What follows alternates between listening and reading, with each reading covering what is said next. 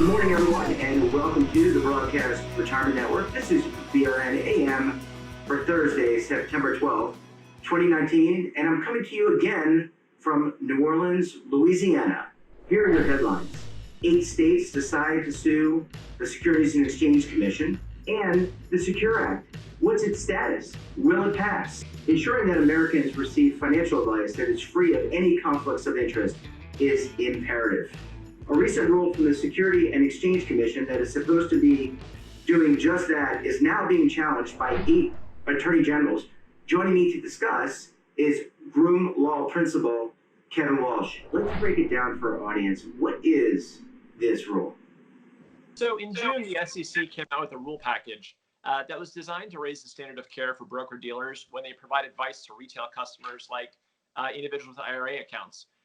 And what it does is it imposes a best interest standard of care on them when they interact. So Kevin, just to remind the audience, the Department of Labor had a fiduciary rule, and that rule was defeated ultimately in court in the Fifth Circuit. And then it seems like the Securities and Exchange Commission stepped up with this best interest rule on behalf of consumers. So it really builds on a standard of care debate that's been going on for about 80 years now. Department of Labor's fiduciary rule was kind of the most recent iteration. And kind of at bottom, what it comes down to is that there's a variety of models for retail customers to pay for financial services. One is they can pay a fee for advice. They can pay based on assets under management. Another model is that they can pay commissions when they buy products. And the commission-based model is the one that's gotten the regulators' attention lately because there's been kind of a sense that, you know, if someone's being paid only when you buy a product, that conflict has to be having an impact on what's being recommended. So, but these rules, Kevin, are something that is certainly needed. But just to kind of break it down, so there are 8 states' attorney generals who are now suing to have this rule stop. Can you explain a little bit more about that? Yeah, that's right. And the lawsuit's a little bit puzzling. So what the states allege essentially is that, you know, that the SEC, when it issued this rule, didn't really follow the administrative process because under Dodd-Frank, if you buy the state's argument, the SEC was supposed to adopt a uniform standard of care requiring brokers to act without regard to their own interests.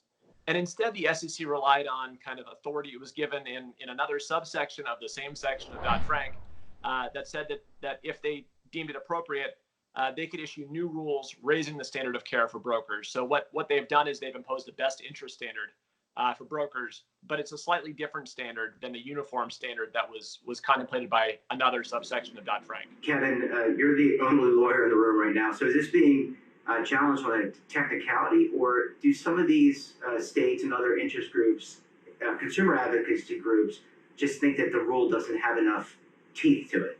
So it really goes to whether commissions are a good thing or a bad thing. And kind of the argument made on the one side is that people with smaller accounts, so less than $100,000, typically don't have an asset base to afford an advisor who's willing to give them advice on an asset under management basis. But they can find a commission-based advisor and, you know, a commission-based broker. And people who get financial advice tend to get better outcomes than people who don't get financial advice. On the other hand, the argument is, well, if you're getting advice from a broker, the broker's only paid when you execute a trade. So there's a conflict there. So Reg BI is designed to really up the standard of care you get when you're receiving advice subject to a commission. So Kevin, I don't want to put you on the spot, but I want you to open up your crystal ball here and tell us, do you think that this lawsuit has the ability to challenge the rule and defeat it? So to give you a very lawyerly answer, first off, I want to say, like, no guarantees, litigation can do different things. They found a favorable venue. But kind of the lawyerly answer is I don't think this is going to get addressed on the merits.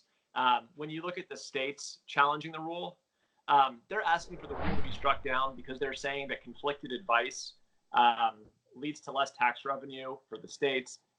They're saying that Reg BI fails to protect customers in a way that could lead to harm for their citizens.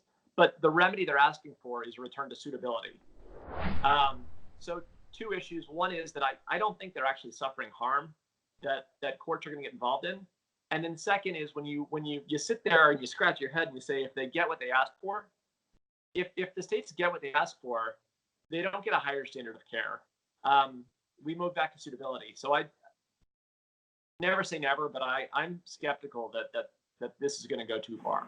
Well, thanks, Kevin. We'll certainly be watching this development. And don't forget to stick around, because when we come back, we're going to talk to Kevin again about the status of the Secure Act, one of the most comprehensive retirement packages that is waiting for a vote in the U.S. Senate, right here on BRN AM.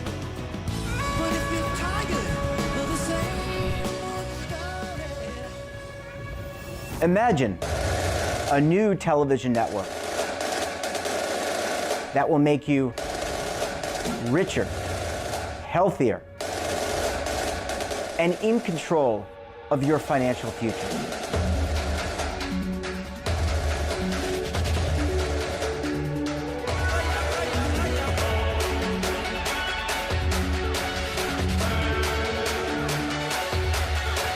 This network is for the policewoman in Nashville, Tennessee, the baker in Dubuque, Iowa, the teacher in Lexington, Kentucky.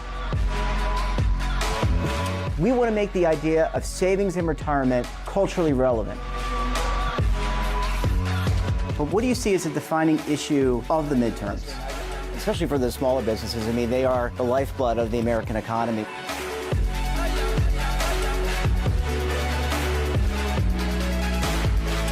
Featuring exclusive interviews, current affairs, and docuseries.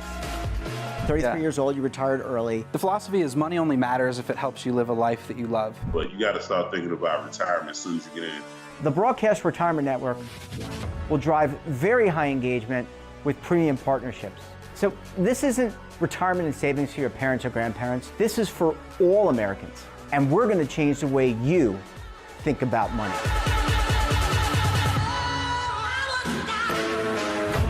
Welcome to the next frontier of retirement and savings. This is BRN, the Broadcast Retirement Network.